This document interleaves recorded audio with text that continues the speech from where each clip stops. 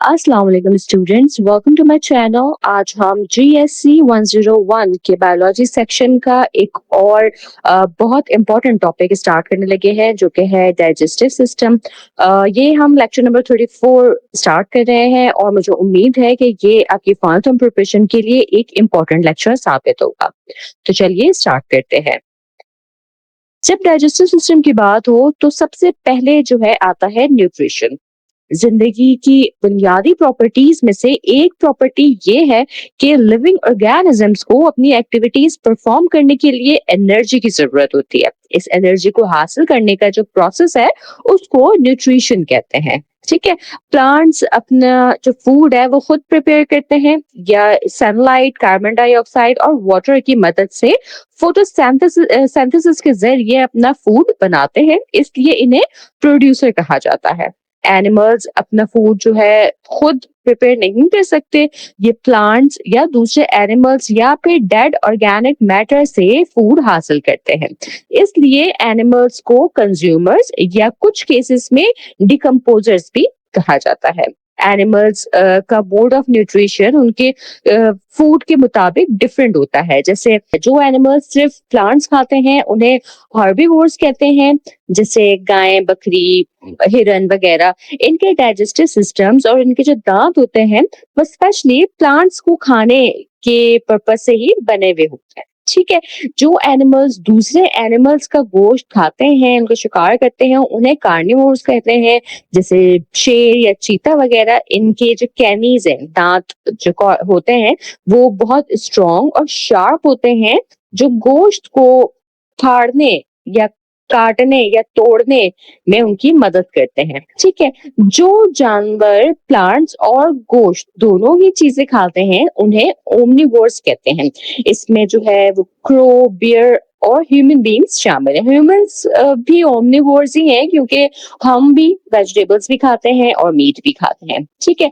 जो organisms dead organic matter पर feed करते हैं उन्हें डेट्रिटिवोर्स कहते हैं, जैसे अर्थवॉर्म।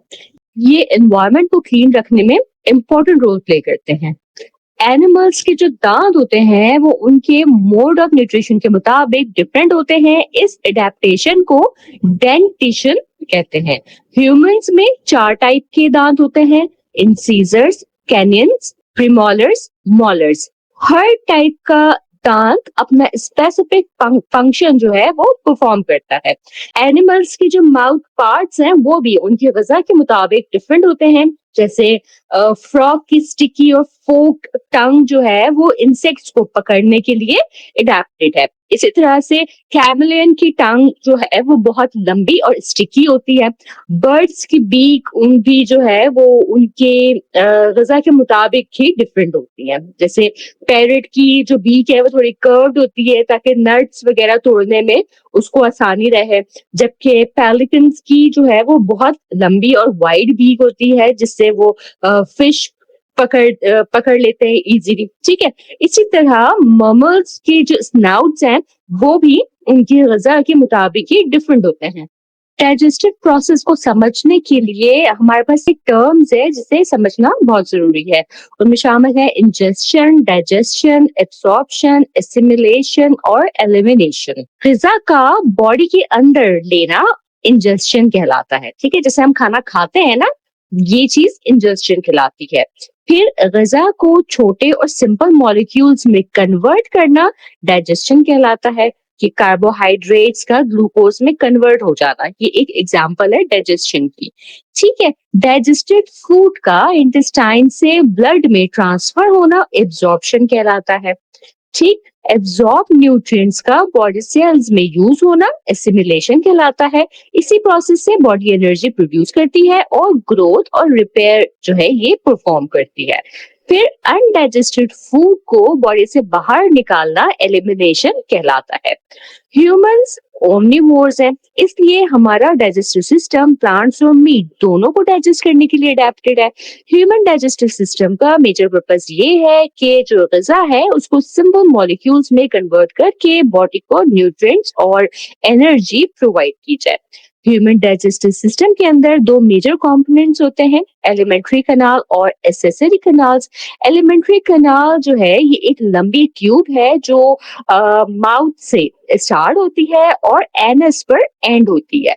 इसके पार्ट्स में शामिल हैं oral cavity, pharynx, oesophagus, stomach, small intestine, large intestine, rectum और एनस। ठीक है। डाइजेस्टिव सिस्टम में जो है कुछ ग्लैंड्स भी होते हैं जो हेल्प करते हैं, जिन्हें एसेसरी ग्लैंड्स कहा जाता है। इनमें शामिल है लिवर और पैनक्रियाज। ये डाइजेस्टिव जूसेस और एंजाइम्स प्रोड्यूस करते हैं दोनों ग्लैंड से। ठीक है। डाइजेस्टिव प्रोसेस खाना खाने से पहले ही स्टार्ट हो जाता है। जब हम खाने को देखते हैं और उसकी स्मेल महसूस करते हैं तो हम उसके बारे में डिसीजन लेते हैं कि क्या ये खाना जो है, ये जो फूड हमारे सामने है, ये सुटेबल है भी या नहीं। अगर वो खाना जो है उसमें से बैड स्मेल आ रही हो या वो इनएप्रोप्रिएट लगे तो हम उसे रिजेक्ट कर देते हैं। ये एक प्रोटेक्टिव एडेप्टेशन है जो हमें हार्मफुल फूड से बचाती है। ठीक है।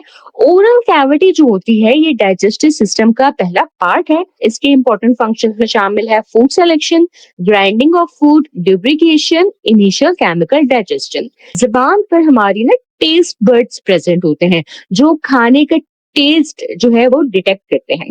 जुबान खाने को मिक्स करके एक सॉफ्ट मास बनाती है जिसे बॉलस कहते हैं। ठीक है। दांत और दांतों के फंक्शंस जो हैं इंसानों के, उसकी पर बात करें तो देखिए इंसानों के 4 टाइप के दांत होते हैं। ठीक है। इंसीजर फूड को कट करते हैं। कैनिन्स जो है वो खाने को टीयर करते हैं। प्रीमोलर्स जो होते हैं वो खाने को क्रश करते हैं और मोलर्स टीथ जो होते हैं ये खाने को ग्राइंड कर देते हैं। ठीक है। तो ये 4 दांत हैं और इन 4 दांतों के ये फंक्शंस हैं। ठीक हो गया। इसके बाद जो है आता है salivary gland and saliva. Salivary gland जो है ये सलाइवा प्रोड्यूस करती है। सलाइवा में water, mucus, enzyme amylase present होता है। एमएलएस स्टार्च को सिंपल शुगर में कन्वर्ट करना स्टार्ट करता है। म्यूकस जो है वो फूड को लुब्रिकेट करता है ताकि स्वॉलिंग जो है खाने का जो निकलने का प्रोसेस है वो आसान हो जाए। फेरिंग्स जो है ये मुंह और एसोफेगस के दरमियान प्रेजेंट होता है। ये स्वॉलिंग में गजा के निकलने में इंपॉर्टेंट रोल प्ले करता है। स्वॉलिंग के दौरान फेरिंग्स ट्रेशिया और नेजल कैविटी के पाथवे टेम्पररी क्लोज करता है ताकि खाना जो है वो रेस्पिरेटरी ट्रैक्ट में ना जाए। एसोफेगस जो है ये एक लंबी मस्कुलर ट्यूब है जो फेरिंग्स को स्टमक से कनेक्ट करती है।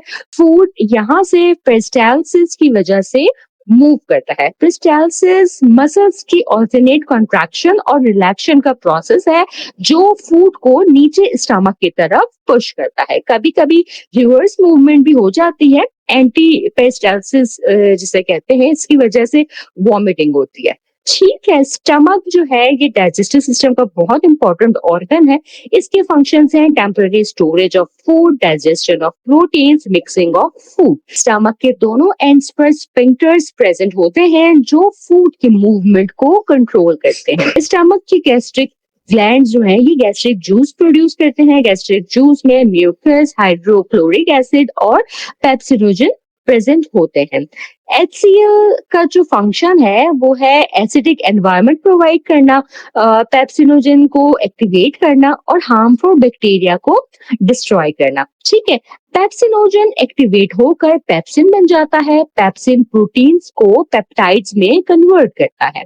ठीक है। हाइड्रोक्लोरिक एसिड जो है वो बहुत स्ट्रॉन्ग एसिड है। म्यूकस जो है स्टमक को एसिड के हार्मफुल इफेक्ट से प्रोटेक्ट करता है। ठीक। स्टमक की वॉल्स कंटिन्यूअसली कॉन्ट्रैक्ट और रिलैक्स करती हैं। इन मूवमेंट्स को चर्निंग मूवमेंट्स कहते हैं। इन मूवमेंट्स की वजह से फूड गैस्ट्रिक जूस के साथ थॉरली मिक्स हो जाता है। स्टमक में डाइजेशन के बाद जो सेमी लिक्विड मिक्सचर बनता है उसे खाइम कहते हैं। खाइम धीरे धीरे स्मॉल इंटेस्टाइन में एंटर करता है। स्मॉल इंटेस्टाइन डाइजेशन और एब्जॉर्प्शन का सबसे इम्पोर्टेंट पार्ट है। इसकी 3 पार्ट्स होते हैं duodenum, jejunum, ileum. Duodenum small intestine का पहला हिस्सा है, यहाँ पर सबसे ज्यादा डाइजेशन होती है। लिवर और पैंक्रियाज की सिक्रीशन भी इसी पार्ट में एंटर करती है। लिवर बाइल प्रोड्यूस करता है, बाइल लिपिड्स की इमल्सिफिकेशन करता है, फैट्स को छोटे ड्रॉपलेट्स में कन्वर्ट करता है, इससे फैट्स का डाइजेशन जो है वो आसान हो जाता है। पैंक्रियाज पैंक्रियाटिक जूस प्रोड्यूस करता है, इसमें एंजाइम्स होते हैं trypsin, pancreatic amylase, lipase. Trypsin protein digest करता है, एमाइलेज जो है वो कार्बोहाइड्रेट डाइजेस्ट करता है, लिपेज जो है ये फैट्स डाइजेस्ट करता है।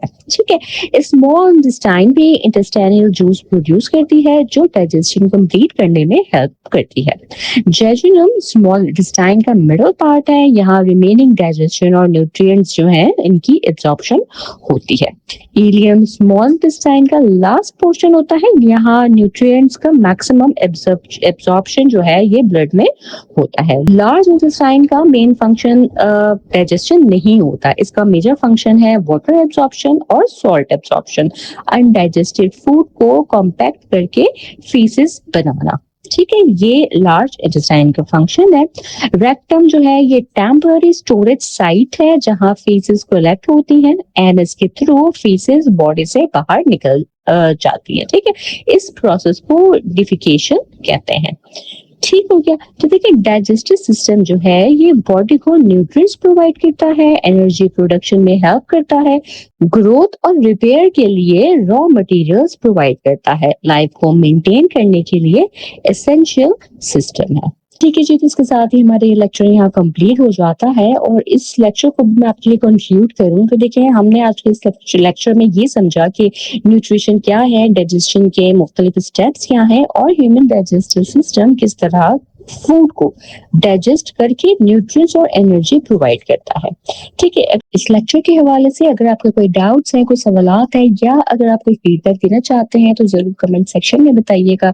चैनल पर नए हैं तो सब्सक्राइब करना हरगिज़ ना भूलिएगा ताकि मेरी तमाम इम्पोर्टेंट अपडेट्स इसी तरह आप तक पहुंचती रहे। मेरे लेक्चर्स को अपने फेलो स्टूडेंट्स तक वर्चुअल यूनिवर्सिटी के डिफरेंट ग्रुप्स में जरूर शेयर कीजिएगा ताकि मैक्सिमम स्टूडेंट इन लेक्चर से फायदा हासिल कर सके। मैं इंशाल्लाह ताला अपने नेक्स्ट वीडियो के साथ जल्द हाजिर होंगी।